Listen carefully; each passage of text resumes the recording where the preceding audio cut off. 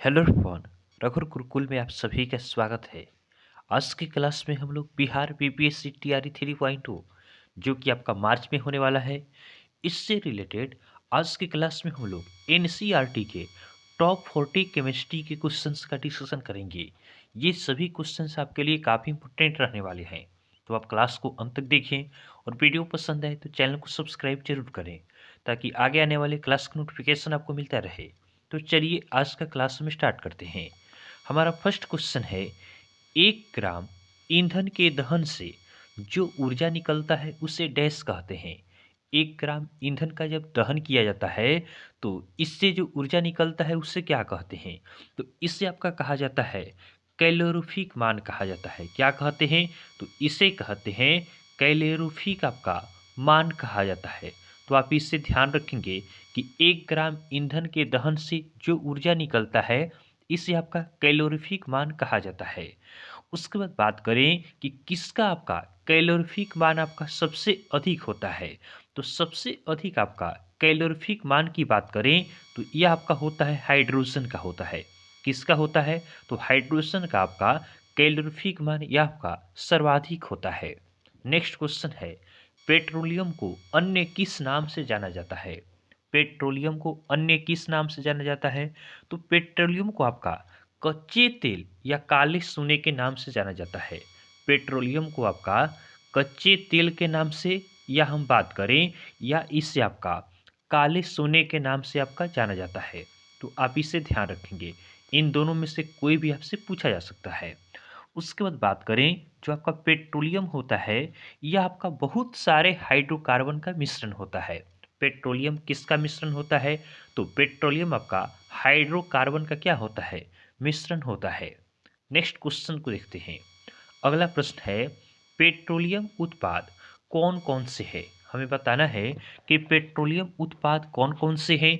तो पेट्रोलियम उत्पाद की बात करें तो यह आपका है पेट्रोल है। उसके बाद बात करें तो आपका डीजल है। उसके बाद हम बात करें तो आपका है किरोसिन ऑयल है। क्या है? तो यह आपका है किरोसिन ऑयल है। उसके बाद हम बात करें तो आपका एलपीजी है। क्या है? एलपीजी है। उसके बाद देखें तो आपका हो जाएगा स्नेहक हो जाएगा। उसके बाद देखें तो पैराफिन मोम हो जाएगा। क्या हो जाएगा? पैराफिन मोम हो जाएगा। ये सभी आपके पेट्रोलियम के उत्पाद होते हैं। तो यहाँ से क्वेश्चन बनते हैं, ऑप्शन में दे देगा, पूछेगा इनमें से कौन सा आपका पेट्रोलियम उत्पाद है। तो आप इन सभी नामों को ध्यान में रखेंगे तो आसानी से आप इस क्वेश्चन का आंसर दे सकते हैं। नेक्स्ट क्वेश्चन हमारा है, पेट्रोल की गुणवत्ता किससे पता की जाती है? पेट्रोल का जो गुणवत्ता होता है इससे किससे पता की जाती है? तो इससे आपका ऑक्टेन संख्या से पता किया जाता है। किससे पता करते हैं? तो पेट्रोल की गुणवत्ता की बात करें तो यह आपका ऑक्टेन संख्या द्वारा प्राप्त की जाती है।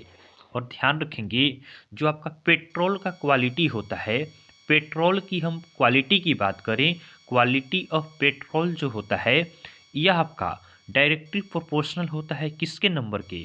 तो यह आपका ऑक्टेन नंबर का क्या होता है? यह आपका प्रोपोर्शनल होता है। अर्थात ऑक्टेन नंबर आपका ज़्यादा होगा तो क्वालिटी भी पेट्रोल का क्या होगा? ज़्यादा होगा। अगर क्वालिटी कम है तो ऑक्टेन नंबर भी क्या होगा? कम होगा। तो ध्यान रखेंगे, पेट्रोल की गुणवत्ता किससे पता की जाती है? तो ये आपका ऑक्टेन संख्या से पता की जाती है।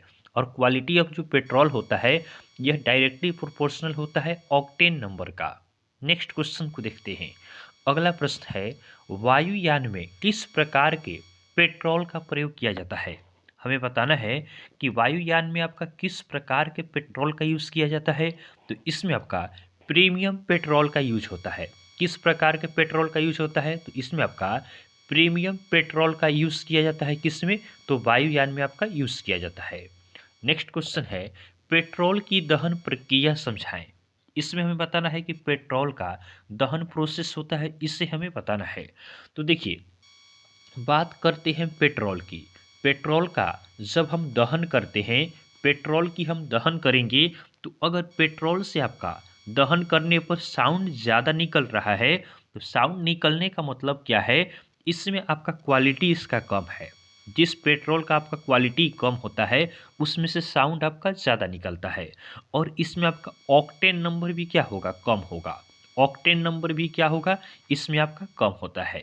तो ध्यान रखेंगे कि ऑक्टेन नंबर आपका कम होगा, इसका मतलब क्या है, ऑक्टेन नंबर कम है तो आवाज़ ज़्यादा होगा। यहाँ पे आवाज़ क्या है, ज़्यादा है, तो ऑक्टेन नंबर क्या हो गया है, कम हो गया है। क्वालिटी भी क्या होगा, आवाज़ ज़्यादा होगा तो आपका क्वालिटी भी पेट्रोल का कम होगा। आप इन तीनों पॉइंट्स को थोड़ा ध्यान रखेंगे। नेक्स्ट क्वेश्चन को देखते हैं। अगला प्रश्न है, पेट्रोल से निकलने वाले धुएं में कौन कौन सा अवांछनीय पदार्थ पाया जाता है।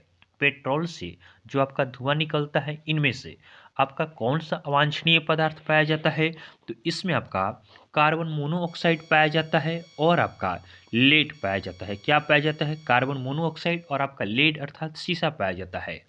लेड के कारण कौन सा रोग होता है, तो लेड के कारण आपका कैंसर होता है। क्या होता है, कैंसर होता है। तो आप इसे ध्यान रखेंगे, पेट्रोल से निकलने वाले धुएं में कार्बन मोनोऑक्साइड पाए जाते हैं और आपका लेड पाया जाता है, और लेड के कारण क्या होता है, कैंसर होता है। नेक्स्ट क्वेश्चन है, पेट्रोल से लगने वाली आग को पानी से नहीं बुझाया जा सकता है, ऐसा क्यों। पेट्रोल से जो आग लगता है, इसे हम पानी के द्वारा नहीं बुझा सकते हैं, ऐसा क्यों।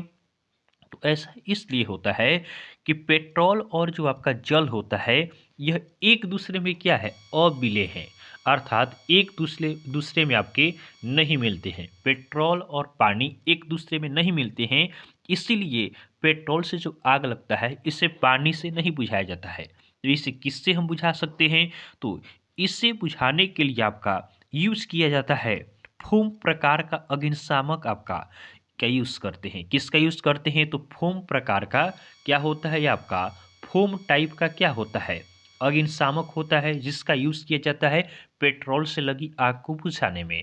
नेक्स्ट क्वेश्चन को देखते हैं। अगला प्रश्न है, डीजल का गुणवत्ता किसके द्वारा प्राप्त की जाती है।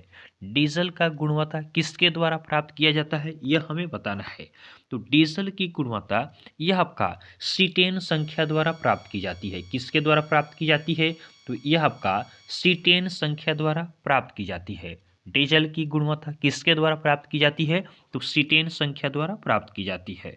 और यहाँ भी आप ध्यान रखेंगे, जो आपका क्वालिटी ऑफ डीजल होता है, आपका बात करें क्वालिटी ऑफ जो आपका डीजल होता है, यह आपका डायरेक्टली प्रोपोर्शनल होता है किसके, तो सीटेन नंबर के आपके डायरेक्टली प्रोपोर्शनल होता है।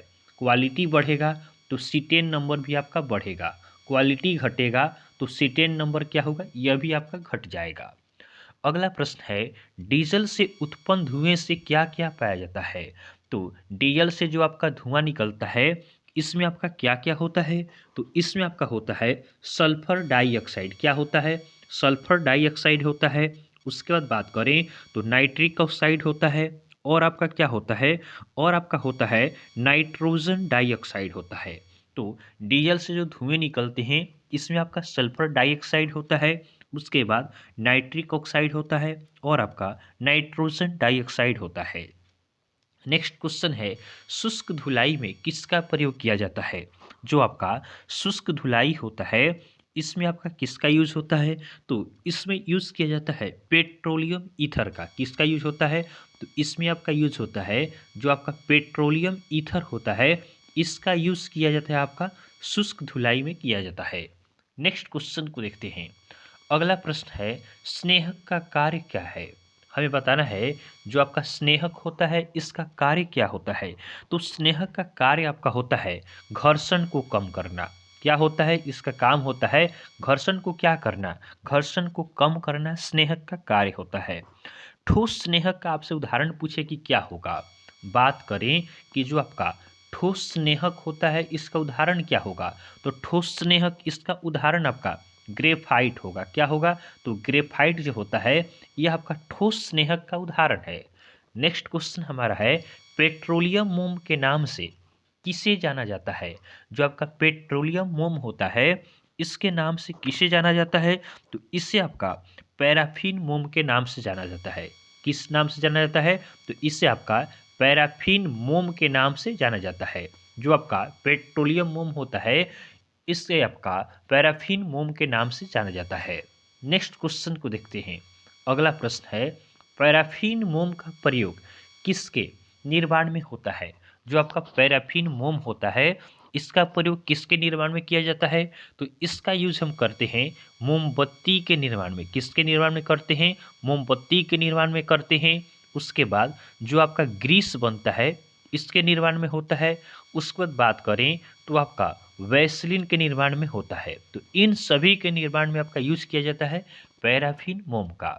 नेक्स्ट क्वेश्चन है, नेफ्थेलीन किससे प्राप्त की जाती है? हमें बताना है कि नेफ्थेलीन जो होता है यह किससे प्राप्त होता है? तो यह आपका कोलतार से प्राप्त होता है। किससे प्राप्त होता है? तो कोलतार से आपका नेफ्थेलीन आपका प्राप्त होता है। बात करें जो आपका कोलतार होता है, इसका यूज होता है आपका सड़क निर्माण करने में। सड़क जो बनता है इसमें आपका कोलतार का यूज किया जाता है। नेक्स्ट क्वेश्चन है, पेट्रोलियम कोक का इस्तेमाल किस प्रकार के उद्योग में किया जाता है? जो आपका पेट्रोलियम कोक होता है, इसका आपका यूज किस प्रकार के उद्योग में होता है? तो इसका यूज किया जाता है इस्पात उद्योग में। किस प्रकार के उद्योग में यूज होता है? तो इस्पात उद्योग में आपका पेट्रोलियम कोक का यूज किया जाता है। नेक्स्ट क्वेश्चन है, कोयला को अन्य किस नाम से जाना जाता है? कोयला को अन्य किस नाम से जानते हैं? तो इसे आपका काले हीरे के नाम से जाना जाता है। कोयला को आपका काले हीरे के नाम से जाना जाता है। नेक्स्ट क्वेश्चन को देखते हैं। अगला प्रश्न है, कोयला के कितने प्रकार होते हैं? हमें बताना है कोयला के कितने प्रकार है। तो कोयला के 4 प्रकार होते हैं। पहली बात करें तो पहला आपका होता है पीट होता है। दूसरा क्या होता है? दूसरा आपका होता है लिग्नाइट होता है। उसके बाद बात करें जो आपका तीसरा है, यह आपका होता है बिटुमिनस। क्या होता है? तीसरा आपका होता है बिटुमिनस। उसके बाद चौथा कौन सा होता है? तो चौथा आपका होता है एंथ्रेसाइट। क्या होता है? चौथा आपका होता है एंथ्रेसाइट। इसमें हम बात करें जो आपका पीट होता है, इसमें कार्बन की मात्रा कितना होता है? तो पीट में कार्बन की मात्रा आपका 50 से 60% तक पाया जाता है। बात करें लिग्नाइट होता है, इसमें कार्बन की मात्रा कितना है? तो इसमें आपका 60 से 70% तक आपका कार्बन पाया जाता है। बिटुमिनस की बात करें तो इसमें आपका 70 से लेकर आपका 88% तक कार्बन पाया जाता है। और एंथ्रेसाइट की बात करें तो इसमें कार्बन आपका 88% से अधिक पाया जाता है। एंथ्रेसाइट में आपका कार्बन सबसे अधिक पाया जाता है। 88% से आपका अधिक मात्रा में आपका कार्बन पाया जाता है। नेक्स्ट क्वेश्चन है, सबसे अधिक वाष्पशील कोयला कौन सा है? सबसे अधिक वाष्पशील कोयला कौन सा है? तो यह आपका पीट है। जो आपका पीट है यह आपका सबसे अधिक वाष्पशील कोयला है। नेक्स्ट क्वेश्चन को देखते हैं। अगला प्रश्न है, भूरे कोयले के नाम से किसे जाना जाता है? भूरे कोयले के नाम से किसे जाना जाता है? तो यह आपका लिग्नाइट को जाना जाता है। किसे जाना जाता है? तो लिग्नाइट को आपका भूरे कोयले के नाम से जाना जाता है। नेक्स्ट क्वेश्चन है, भारत में कोयला का कौन सा प्रकार सबसे अधिक मात्रा में मिलता है? भारत में आपका कोयला का कौन सा प्रकार सबसे अधिक मात्रा में मिलता है? तो यह आपका है बिटुमिनस है। भारत में आपका बिटुमिनस सबसे अधिक मात्रा में आपका मिलता है। और ध्यान देंगे, अधिक मात्रा के कारण बिटुमिनस को आपका घरेलू कोयला और आपका औद्योगिक कोयले के नाम से भी जाना जाता है। भारत में बिटुमिनस आपका सबसे अधिक मिलता है, इसलिए इसे आपका घरेलू कोयला कहा जाता है और इसे औद्योगिक कोयले के नाम से भी जाना जाता है। नेक्स्ट क्वेश्चन है, सबसे उत्तम प्रकार का कोयला किसे माना जाता है? सबसे उत्तम प्रकार का कोयला कौन सा है? तो यह आपका है एंथ्रेसाइट है। क्या है? एंथ्रेसाइट। यह आपका सबसे उत्तम प्रकार का आपका कोयला है। बात करें एंथ्रेसाइट की तो इसमें अभी हमने देखा है कि जो आपका कार्बन होता है, कार्बन की मात्रा जो होता है यह आपका अधिक होता है। कितना से? तो 88% से भी अधिक मात्रा में कार्बन पाया जाता है एंथ्रेसाइट। इसीलिए सबसे उत्तम कोयला माना जाता है आपका एंथ्रेसाइट को। ध्यान देंगे, इसके दहन से आपका अधिक ऊर्जा मिलता है। जो एंथ्रासाइट होता है इसको जलाने पर सबसे अधिक मात्रा में हमें ऊर्जा मिलता है। और जो आपका एंथ्रेसाइट है यह आपका सबसे कम वाष्पशील है। एंथ्रेसाइट है यह आपका सबसे कम वाष्पशील है, तो आप इससे भी ध्यान रखेंगे। नेक्स्ट क्वेश्चन को देखते हैं। अगला प्रश्न है, सबसे हल्का गैस कौन सा है? सबसे हल्का गैस कौन सा है? तो यह आपका हाइड्रोजन है। हाइड्रोजन जो है यह आपका सबसे आपका हल्का आपका गैस है और इसकी हल्का होने के कारण हाइड्रोजन वायुमंडल में नहीं मिलता है। हाइड्रोजन जो है इसका क्या है, वजन आपका हल्का होता है, इसी के कारण ये आपका वायुमंडल में नहीं मिलता है। नेक्स्ट क्वेश्चन को देखते हैं। अगला प्रश्न है, पृथ्वी की वायुमंडल में सबसे अधिक मात्रा किस गैस की है? पृथ्वी के वायुमंडल में सबसे अधिक मात्रा किस गैस की है? तो यह आपका नाइट्रोजन का है। जो आपका नाइट्रोजन है यह आपका पृथ्वी की वायुमंडल में सबसे अधिक मात्रा में पाया जाता है। यह कितना परसेंट पाया जाता है? तो 78% आपका नाइट्रोजन पाया जाता है। उसके बाद आपका सेकेंड नंबर पे ऑक्सीजन आता है। ऑक्सीजन की मात्रा पूछें तो यह आपका 21% होता है। उसके बाद जो आपके अदर गैस होते हैं तो अदर गैसेस इनकी परसेंटेज कितना है? तो 1% है। नेक्स्ट क्वेश्चन है, वह भारी गैस कौन सा है जो पृथ्वी के वायुमंडल में नहीं मिलती? वह भारी गैस कौन सा है जो पृथ्वी के वायुमंडल में नहीं मिलता है? तो यह आपका रेडॉन है। क्या है? तो रेडॉन है। यह आपका पृथ्वी का वायुमंडल में नहीं मिलता है। यह भारी गैस है जो आपका पृथ्वी के वायुमंडल में नहीं मिलता है। नेक्स्ट क्वेश्चन को देखते हैं, अक्रिय गैसों की संख्या कितनी है? जो आपके अक्रिय गैस होते हैं इनकी संख्या कितनी है? तो इनकी संख्या आपका 7 है।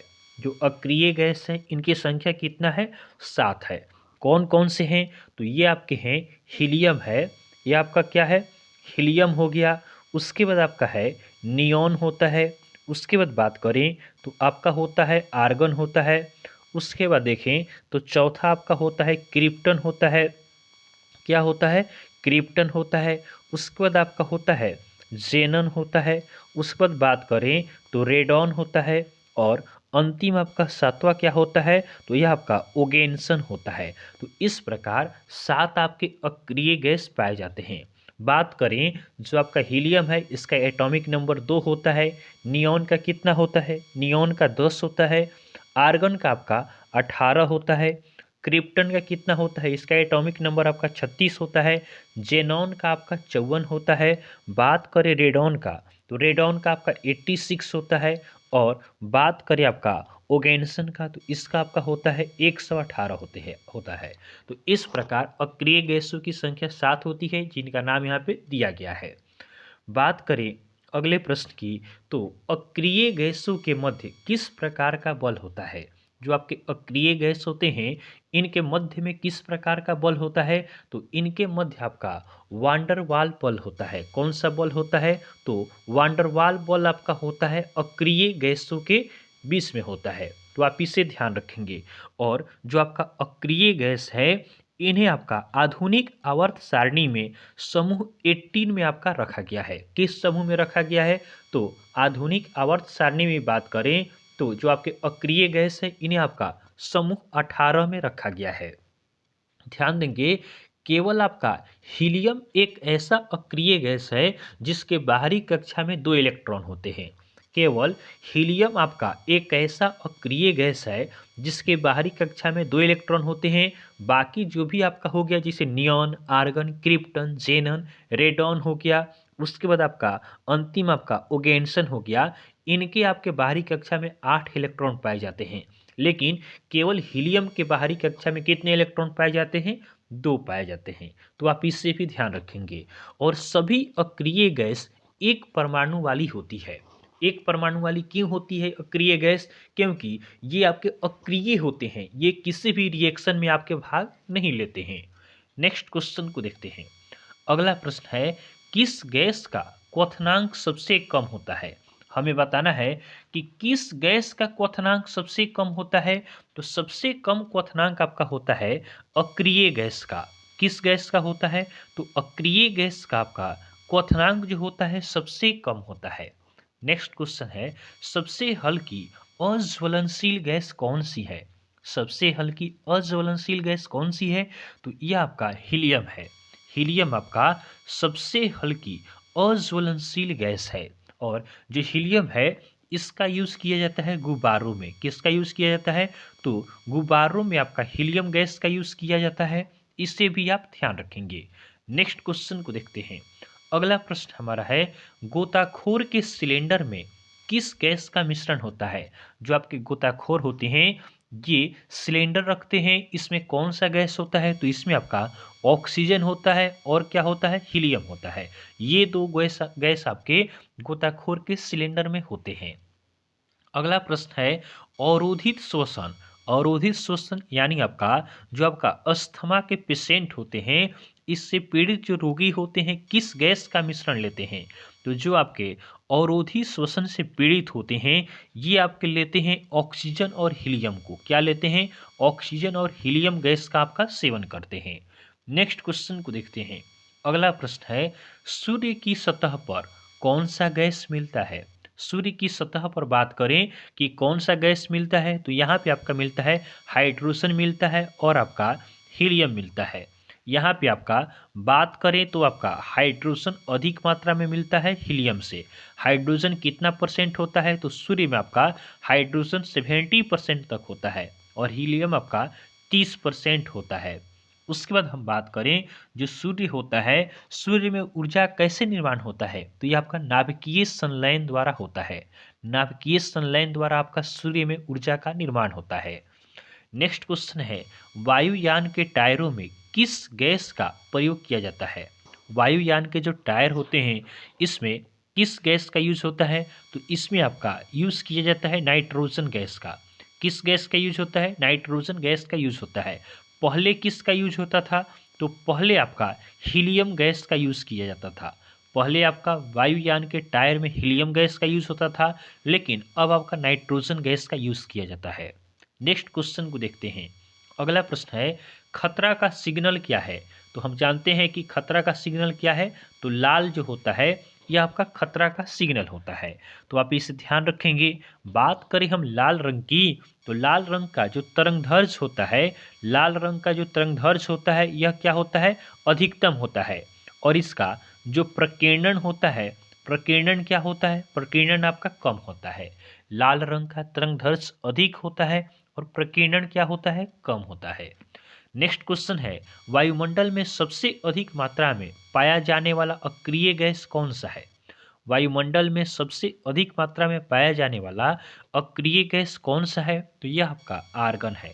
कौन सा गैस है? तो आर्गन आपका वायुमंडल में सबसे अधिक मात्रा में पाया जाने वाला अक्रिय गैस है। नेक्स्ट क्वेश्चन को देखते हैं। अगला प्रश्न है, फ्लोरोसेंट ट्यूब में किस पदार्थ का प्रयोग किया जाता है? जो आपका फ्लोरोसेंट ट्यूब होता है, इसमें किस पदार्थ का यूज होता है? तो इसमें आपका आर्गन का यूज होता है और आपका मरकरी वाष्प का यूज होता है। किसका यूज होता है? तो आर्गन और आपका मरकरी वाष्प का आपका यूज किया जाता है। और ध्यान रखेंगे, आर्गन जो होता है, इससे आपका विद्युत बल्ब में भरा जाता है। विद्युत बल्ब में क्या भरा जाता है? तो आर्गन गैस भरा जाता है। नेक्स्ट क्वेश्चन हमारा है, गलियों में रोशनी के लिए जिन पीली लाइटों का प्रयोग किया जाता है, उनमें कौन सा वाष्प भरा जाता है? जो गलियों में आपके पीले रंग के आपके जो लाइट यूज किया जाता है, इनमें कौन सा वाष्प भरा जाता है? तो इसमें आपका सोडियम वाष्प भरा जाता है। कौन सा वाष्प भरा जाता है? तो इसमें आपका सोडियम वाष्प भरा जाता है। तो आप इसे ध्यान रखेंगे। नेक्स्ट क्वेश्चन को देखते हैं। अगला प्रश्न हमारा है, निम्न में से कौन सी गैस का प्रयोग फोटोग्राफी की फ्लैश लाइट में किया जाता है? निम्न में से कौन सी गैस का प्रयोग आपका फोटोग्राफी की फ्लैश लाइट में किया जाता है? तो इसमें आपका यूज होता है जेनॉन गैस का यूज होता है। किसका यूज होता है? तो जेनॉन गैस का यूज किया जाता है आपका फोटोग्राफी की फ्लैश लाइट में। और ध्यान रखेंगे, पहले किसका यूज किया जाता था? तो पहले आपका फोटोग्राफी की फ्लैश लाइट के रूप में यूज किया जाता था। किसका? तो क्रिप्टॉन का किया जाता था। पहले आपका होता था क्रिप्टॉन का, अब किसका यूज होता है? अब आपका जेनॉन का यूज किया जाता है। नेक्स्ट क्वेश्चन है, विद्युत बल्ब का तंतु किसका बना होता है? तो विद्युत बल्ब का जो फिलामेंट होता है, यह आपका टंगस्टन का बना होता है। किसका बना होता है? तो टंगस्टन का बना होता है विद्युत बल्ब का फिलामेंट। और ध्यान रखेंगे, टंगस्टन जो है, यह आपका धातुओं में सबसे अधिक गलनांक होता है। टंगस्टन का धातुओं में आपका सबसे अधिक इसका गलनांक होता है। नेक्स्ट क्वेश्चन देखते हैं।